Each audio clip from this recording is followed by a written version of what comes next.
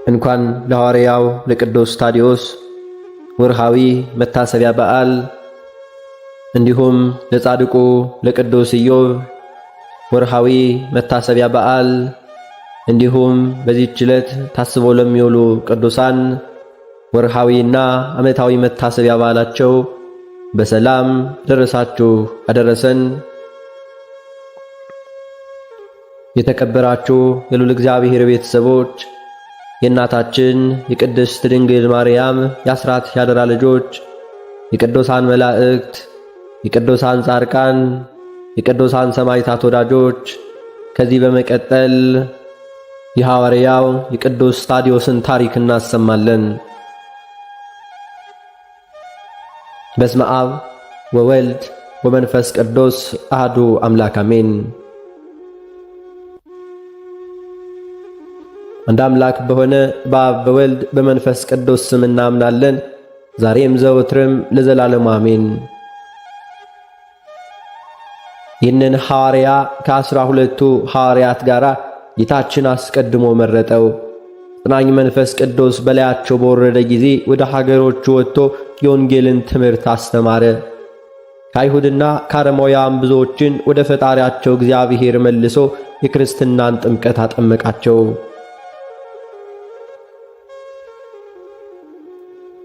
አንድ ቀን ወደ ሶርያ ከተማ ሲጓዝ ክብር ይግባውና ጌታችን መድኃኒታችን ኢየሱስ ክርስቶስ መልኩ በሚያምር ጎልማሳ አምሳል ለእርሱ ተገልጦ ወዳጄ ታዲዮስ ቸራለህን? አትፍራ፣ እኔ ካንተ ጋር እኖራለሁ አለው። ሰላምታንም ሰጥቶት ከእርሱ ዘንድ አረገ።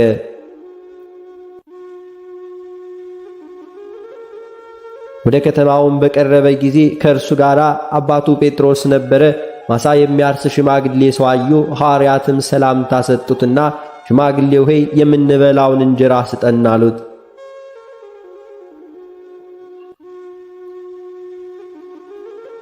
እርሱም ከዚህ የለም፣ ነገር ግን አመጣላችኋለሁ፣ እናንተም ከበሮቹ ዘንድ ተቀመጡ አላቸው።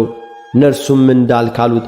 ያም ሽማግሌ ከሄደ በኋላ ሐዋርያት ከበሮቹ ጋር ያለ ሥራ በከንቱ መቀመጥ ለኔ ዕረፍ ኀፍረት ነውና ያ ሽማግሌ ለኛ በጎ ነገር ሊሰራ ሂዷልናም አለ።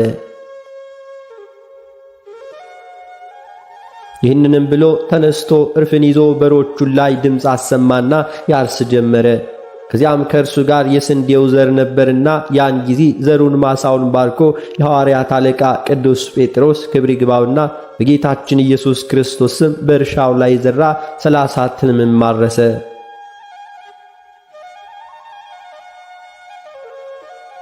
ከተዘራው ዘርም ወዲያውኑ በቀለ፣ አደገ፣ እሸትም ሆነ።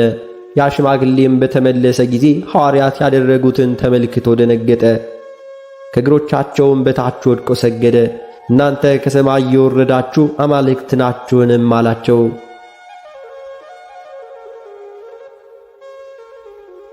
እነርሱም እኛ የቸሩ አምላክ ባሮች ነን እንጂ አማልክትስ አይደለንም። ደግሞም እንዲህ አላቸው፣ ስላደረጋችሁልኝ በጎ ሥራ በምትሄዱበት ቦታ ሁሉ ልከተላችሁ። ይህንን ልታደርገ ይገባህም፣ ነገር ግን በሮቹን ለጌታ ወስደ መልስና ቤትህንም አዘጋጅልን፣ የምንበላውንም ታዘጋጅልን ዘንድ ለሚስትህ ንገራት አሉት።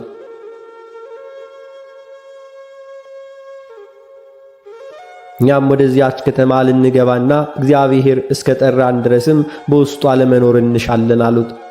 ከዚህም በኋላ ያ ሰው ከነዚያ ከእርሻ እሸት ቆርጦ ተሸክሞ በሮቹን እየነዳ ሄደ። የከተማው ሰዎችም የተሸከመውን እሸት አይተው አሁን የእርሻ ወቅት አይደለምን? ይህን ከወዴት አገኘህ አሉት። ቃልንም አልመለሰላቸውም። በሮቹንም ለጌታቸው መለሰ። ወደ ቤቱም ሄዶ ለሐዋርያት ቦታውን አዘጋጀ። ራትንም እንድታዘጋጅላቸው ለሚስቱ ነገራት።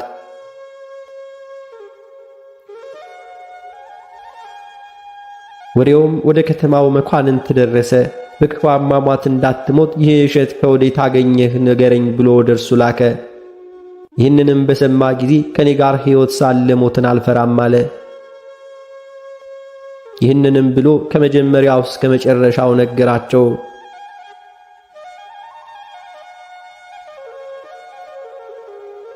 ሄደህ ወደኛ አምጣቸው አሉት። እሱም ጥቂት ቆዩ። እነርሱ ወደ እኔ ቤት ይመጣሉ፣ በመጡም ጊዜ በዓይኖቻቸው ታዩአቸዋላችሁ አላቸው። ሰይጣንም የከተማ መኳንንቱን ልቡናውን ለውጦ አከፋው። እሊህም አይሁድ ከሰቀሉት ከናዝሬቱ ኢየሱስ ክርስቶስ 12 ወገኖች ውስጥ ከሆኑ ወዮልን፣ እንገድላቸው ዘንድ ተዘጋጁ አሉ። እኩሌቶቹ ልንገድላቸው አንችልም፣ አምላካቸው ኢየሱስ የሚሉት ሁሉን እንደሚያደርግላቸው ሰምተናልና፣ ነገር ግን አመንዝራ ሴት ወስደን በከተማው መግቢያ በር ራቁቷን እናስቀምጣት፣ ባዩአትም ጊዜ ወደ ኋላቸው ይመለሳሉ፣ ወደ ከተማችንም አይገቡም አለ።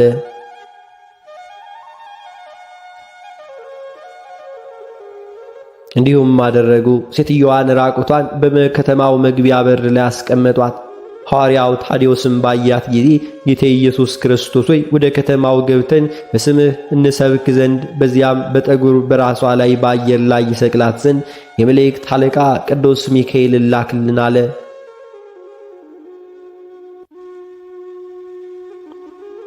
በዚያን ጊዜ ተሰቀለች። የከተማዋ ሰዎችም አዩአት።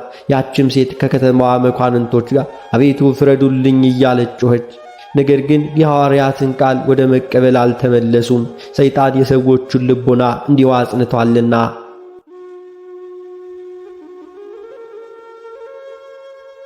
ከዚያም በኋላ ወዲያውኑ ተነስተው ወደ እግዚአብሔር አምላክ ጸለዩ።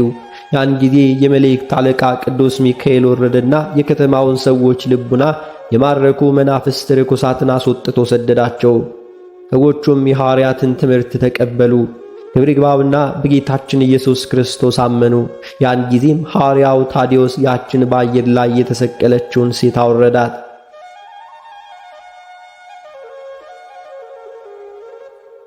ከዚህም በኋላ ኤጲስቆጶሳትን ቀሳውስትንና ዲያቆናትን ሾመላቸው። በአብ በወልድ በመንፈስ ቅዱስ ስም አጠመቃቸው። ያችንም ተሰቅላ የነበረችውን ሴት ለቤተ ክርስቲያን የምትላላክ ዲያቆናዊትም አደረጋት።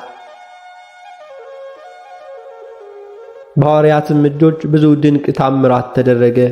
ዕውራኖች አዩ፣ አንካሶችም በትክክል ሄዱ፣ ዲዳዎችም ተናገሩ፣ ደንቆሮችም ሰሙ፣ ለምጻሞችም ነጹ፣ አጋንንት ከሰዎቹ እየወጡ ተሰደዱ። የከተማው ሰዎችም ሁሉ በጌታችን እስኪያምኑ ሙታን ተነሱ።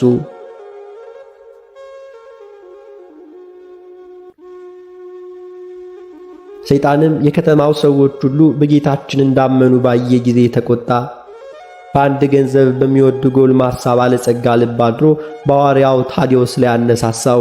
ወደ እርሱም መጥቶ ሰገደለትና እንዲህ አለው፣ እግዚአብሔር አገልጋይ ሆይ ብዙ ገንዘብ አለኝ፣ እድን ዘንድ ምን ላድርግ አለው።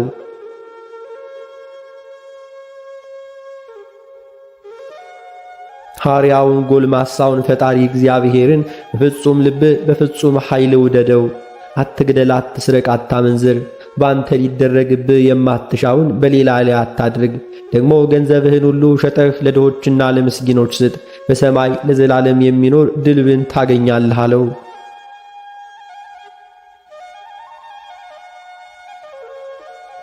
ይህንን በሰማ ጊዜ በቁጣ ተመልቶ ሐዋርያው ታዴዎስን ይገድለው ዘንድ አነቀው።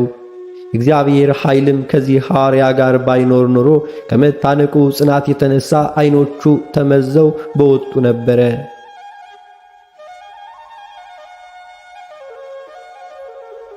አባቱ ጴጥሮስም የክርስቶስን ሐዋርያ እንዴት ደፍረህ ታንቃለህ አለው። ያን ጊዜም ተወው። ሐዋርያው ታዴዎስም ጌታችን እንዳንተ ላለው ሀብታም ባለጸጋ መንግሥተ ሰማያት ከሚገባ ይልቅ ግመል በመርፌ ቀዳዳ ቢያልፍ ይቀላል ብሎ በእውነት ተናገር አለው።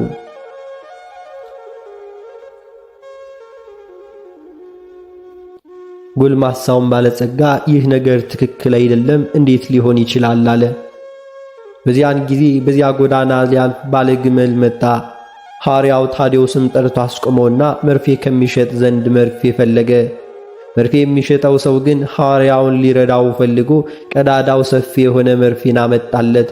ሐዋርያውም እግዚአብሔር ዋጋህን ይክፈል፣ ነገር ግን በዚህ ሀገር እግዚአብሔር ክብር ይገለጥ ዘንድ ቀዳዳው ጠባብ የሆነ መርፌን አምጣልኝ አለው።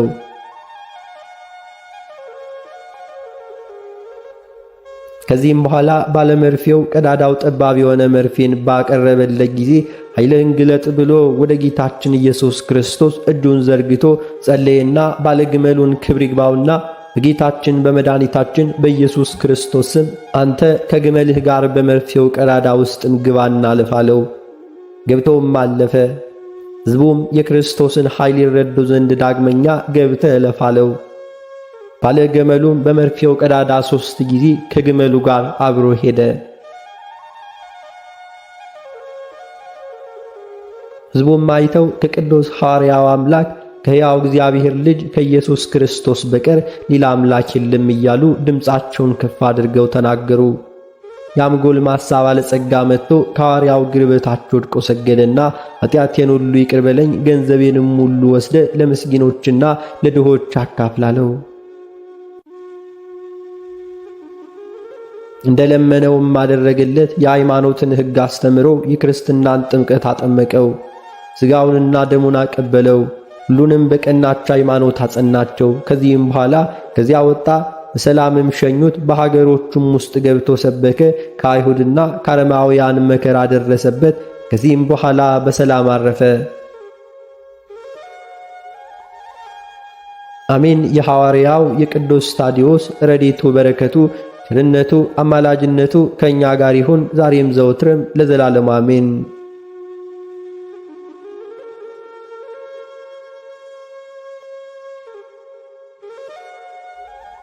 የተከበራችሁ የልዑል እግዚአብሔር ቤተሰቦች ከዚህ በመቀጠል ስለ ጻድቁ አባታችን ስለ ቅዱስ ኢዮብ ይህንን እንናገራለን።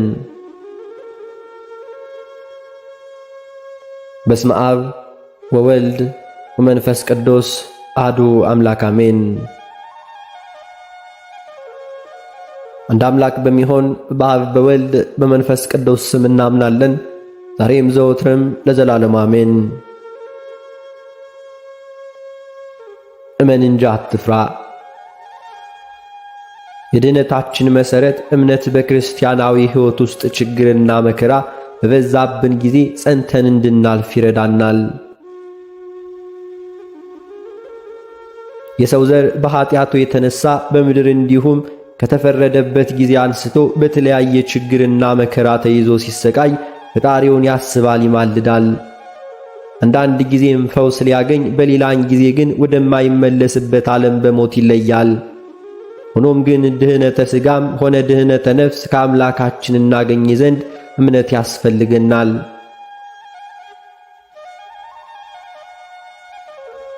ሐዋርያው ቅዱስ ጳውሎስ ስለ እምነት ሲገልጽ እምነት ተስፋ ለምናደርገው ነገር የሚያስረግጥና የማናየውን ነገር የሚያስረዳ ነው ብሏል። በእምነት የማናየው ነገር እንድናይ አድርገን መቀበል መታመን ወይንም መታዘዝ ጭምር መሆኑን አስተምሮናል።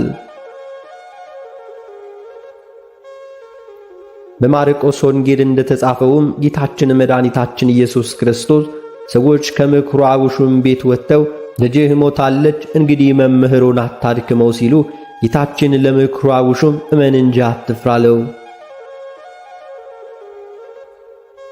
ከጴጥሮስና ከያዕቆብ ወንድም ከዮሐንስ በቀር የሚከተለው ማንም እንዳይኖር ከለከለ። በኋላም ላይ ወደ ምኵራቡ ሹም ቤት ገባ። በዚያን ጊዜ ሲታወኩና ሲያለቅሱ እጅግ ሲጮኹ አገኛቸው። ገብቶም ለምን ትጮኻላችሁ? ለምንስ ታለቅሳላችሁ? ልጅቱስ ተኝታለች እንጂ አልሞተችም አላቸው። በጣም ሳቁበት። እሱ ግን አሁንም አስወጥቶ የብላቴናይቱን አባትና እናት ከእርሱ ጋር የነበሩትን ይዞ ብላቴናይቱ ወዳለችበት ገባ። የብላቴናይቱን እጅም ይዞ ጣሊታ ቁሚ፣ አንቺ ብላቴና ተነሽ አላት። ያን ጊዜም ያች ብላቴና ተነስታ ወዲያና ወዲያ አለች። ዕድሜዋም 12 ነበር። እነርሱም እጅግ ተደነቁ። ይህን ድንቅ ታምር ያደረገ አምላክ ከበሽታና ክፉ ደዌ ማዳን እንደሚችል ማመን የኛ ፈንታ ነው። የክርስትና ኑሮ የተጋድሎ ሕይወት ነው። ቅዱስ ጳውሎስ ለፊልጶስ ሰዎች ነገር ግን ስለ እርሱ መከራ ልትቀበሉ ነው እንጂ ልታምኑበት ብቻ አይደለም። እንግዲህ እኔን እንዳያችሁኝ የኔንም ነገር እንደሰማችሁ ምንጊዜም ተጋደሉ በማለት አስረድቷችኋል።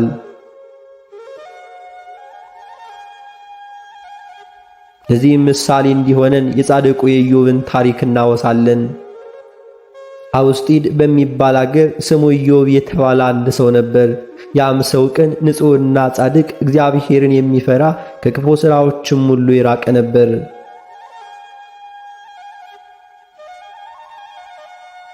በዚህም ጻድቅ ሰው በዘመኑ እንደርሱ ያለ እውነተኛ ደግ ሰው አልነበረም።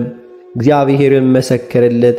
ሰይጣንም ቀንቶበት በገንዘቡና በልጆቹ ላይ ያሰለጥነው ዘንድ ወደ እግዚአብሔር አምላክ ጠየቀ። የጻድቁ የኢዮብን ትዕግሥት እግዚአብሔር ስለሚያውቅ ሰይጣንን በኢዮብ ላይ አሰለጠነው።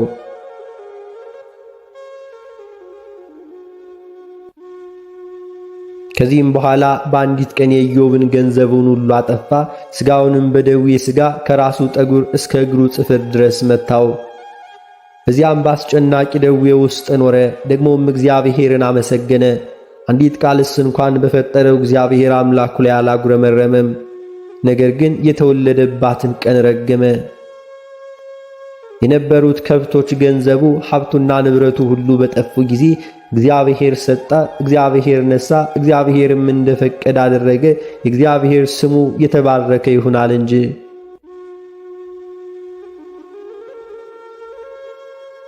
ያ የከበረና የተመሰገነ ኢዮብ በዚህ መከራ በነበረበት ዘመን በተራራ ላይ ተጥሎ ሳለ የወዳጆቹና የሚስቱ ዘለፋ በዝቶበት ነበር። ሚስቱም ልታበረታው፣ ልትረዳው፣ ልታጽናናው ሲገባ ከወዳጆቹ ብሳ እንዲህ ብላ መከረችው። እስከ መቼ ድረስ በሞኝነት ትኖራለህ? እንግዲያውስ ስደበውና ሞት። ዳግመኛ እግዚአብሔር ደጅ እጠናለሁ፣ መከራውንም እታገሳለሁ፣ የኑሮውንም ተስፋ አደርጋለሁ ትላለህ አለችው። ዳግመኛም እንዲህ አለችው፣ እንዲህስ እንዳትል ከዚህ ዓለም እነሆ ስም አጠራርህ ጠፋ፣ ሴቶች ልጆችና ወንዶች ልጆችም ሞቱ። እኔም 9 ወር ሳረግዝ ሳምጥ ስወልድ ላይረቦኝ ላይጠቅሙኝ በከንቱ ደከምኩኝ። አንተም በመግል ተውጠህ በትልም ተከበህ ትኖራለህ። ሌሊቱንም ሁሉ ስትዛብር ታድራለህ። እኔም እየዞርኩኝ እቀላውጣለሁ። ከአንዱ ሀገር ወደ አንዱ ሀገር፣ ከአንዱ ቤት ወደ አንዱ ቤት እሄዳለሁ። ከድካሜም በእኔ ላይ የመጣው ከችግርም ሁሉ አርፍ ዘንድም ከጧት ጀምሮ ፀሐይ እስኪገባ ድረስ እጠብቃለሁ። አሁን ግን እግዚአብሔርን የማይገባ ቃል ተናግረኸው ሙት አለችው።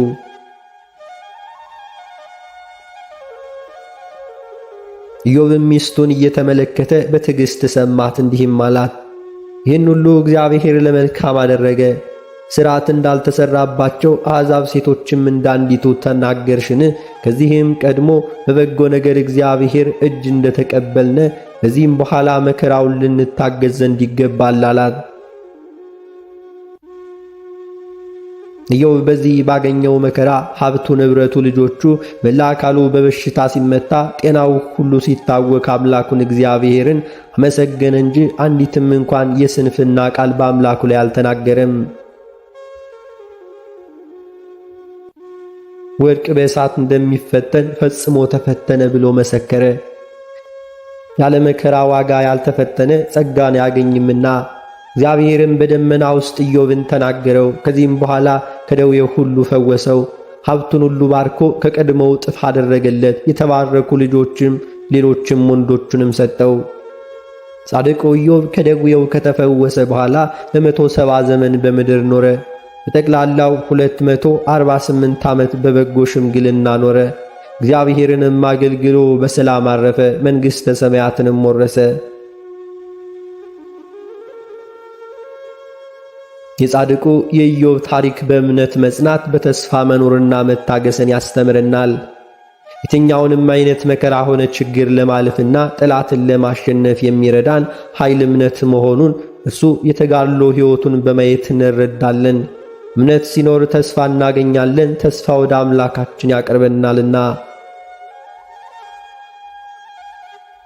ሆኖም ሰው ከአምላኩ ርቆ በኃጢአት ባርነት በሚኖርበት በዚህ ወቅት ፍቅር፣ ሰላምና ጤንነት አጥቷል። በአስከፊ ሁኔታ መከራ እየተቀበለ ይገኛል። በማናውቀውም ሆነ ባወቅነው ኃጢአትና በእምነት መጉደል ምክንያት የተለያዩ መከራዎችን መቋቋም በማንችልበት መልኩ ግፍ እየተደረሰብን ነው። ሰዎች ሕይወት እንደ ቅጠል እየረገፈ መሆኑን ስናይ አስከፊ መሆኑን አንክድም። ነገር ግን በማሰብ ምድራዊ ችግርና መቋቋሙን ተስፋ የምናደርገው ርስትን እንድንወርስ እግዚአብሔር አምላካችን ይርዳን። የእናታችን የቅድስት ድንግል ማርያም የአስራት አገር ኢትዮጵያን ትጠብቅልን ዘንድ እንማልዳለን። አሜን። የጻድቁ አባታችን የቅዱስ ኢዮብ ረድኤቱ በረከቱ አማላጅነቱ አይለየን ዛሬም ዘወትርም ለዘላለሙ አሜን። አባታችን ሆይ በሰማያት የምትኖር፣ ስምህ ይቀደስ፣ መንግሥትህ ትምጣ፣ ፈቃድህ በሰማይ እንደሆነች እንዲሁም በምድር ትሁን። የዕለት እንጀራችንን ስጠን ዛሬ፣ በደላችንንም ይቅር በለን እኛም የበደሉንን ይቅር እንደምንል፣ አቤቱ ወደ ፈተና አታግባን ከክፉ ሁሉ አድነን እንጂ መንግሥት ያንተ ናትና፣ ኃይል፣ ክብር፣ ምስጋና ለዘላለሙ አሜን። እመቤታችን ቅድስት ድንግል ማርያም ሆይ በመልአኩ በቅዱስ ገብርኤል ሰላምታ ሰላም እንልሻለን። በሐሳብሽ ድንግል ነሽ፣ በሥጋሽም ድንግል ነሽ። አሸናፊ የልዑል እግዚአብሔር እናት ሆይ ሰላምታ ላንቺ ይገባሻል። ከሴቶች ሁሉ ተለይተሽ አንቺ የተባረክሽ ነሽ፣ የማፀንሽ ፍሬ የተባረከ ነው። ጸጋን የተመላሽ ቅድስት ሆይ ደስ ይበልሽ፣ ልዑል እግዚአብሔር ከአንቺ ጋር ነውና ከተወደደው ልጅሽ ከጌታችን ከመድኃኒታችን ከኢየሱስ ክርስቶስ ዘንድ ይቅርታና ምሕረቱን ለምኝልን ኃጢአታችንንም የሚያስተሰርይልን ዘንድ ለዘላለሙ አሜን።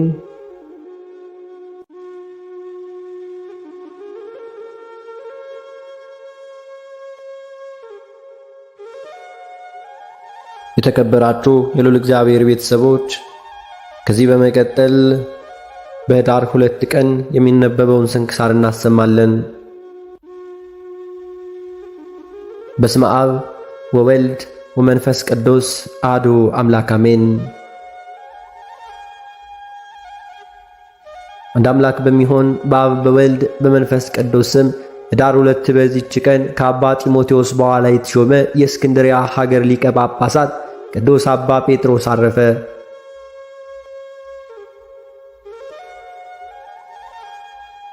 እርሱም ለአባቶቻችን ሊቃነ ጳጳሳት 27ኛ ነው። ይህንንም ቅዱስ እግዚአብሔር ለሊቀ ጵጵስና ሹሞ መረጠው። በሐዋርያው ማርቆስ ወንበር ላይም ካስቀመጠው በኋላ የቁስጥንጥንያ ሊቀ ጳጳሳት ቅዱስ አባ አካክዮስ እንዲህ የሚል መልእክትን ጻፈለት።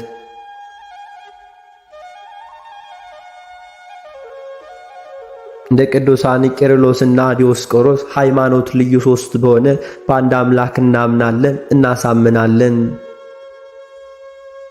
ዳግመኛም በዚች መልእክት ውስጥ እንዲህ ብሎ ገለጠ። የተዋህዶ ጥቅም እንዳይሻር ከተዋህዶ በኋላ የአካላዊ ቃልን መለኮት ከትፍሲቱ ሊለዩ አይገባም።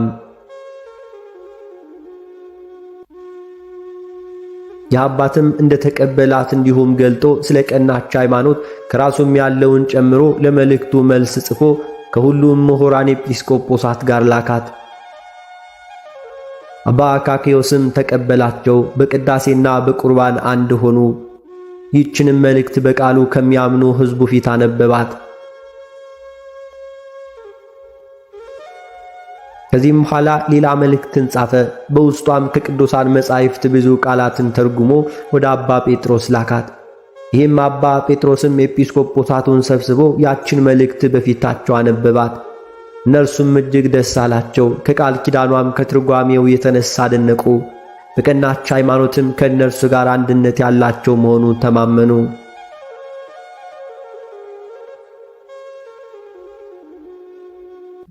ይህንንም አባት አባ ጴጥሮስ ከሃዲያን ከሆኑ አይሁድ ከአረማውያን ከመንበረ ሹመቱ እስኪያሳዱት ድረስ ስለ ቀናች ሃይማኖት ብዙ መከራ ደረሰበት።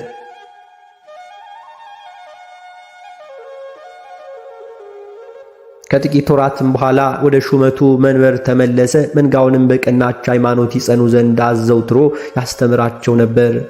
ከእነርሱም ርቆ በስደት በነበረ ጊዜ ከመናፍቃኑ እንዲጠበቁና በቀናች ሃይማኖት እንዲጸኑ መልእክቶችን ጽፎ ይልክ ነበረ። በሹመቱም መንበር 10 ዓመት ያክል ኑሮ በሰላም አረፈ። ለእግዚአብሔር ምስጋና ይሁን። እኛንም በዚህ አባት ጸሎት ይማረን፣ በረከቱም ከኛ ጋር ትኑር ለዘላለሙ አሜን።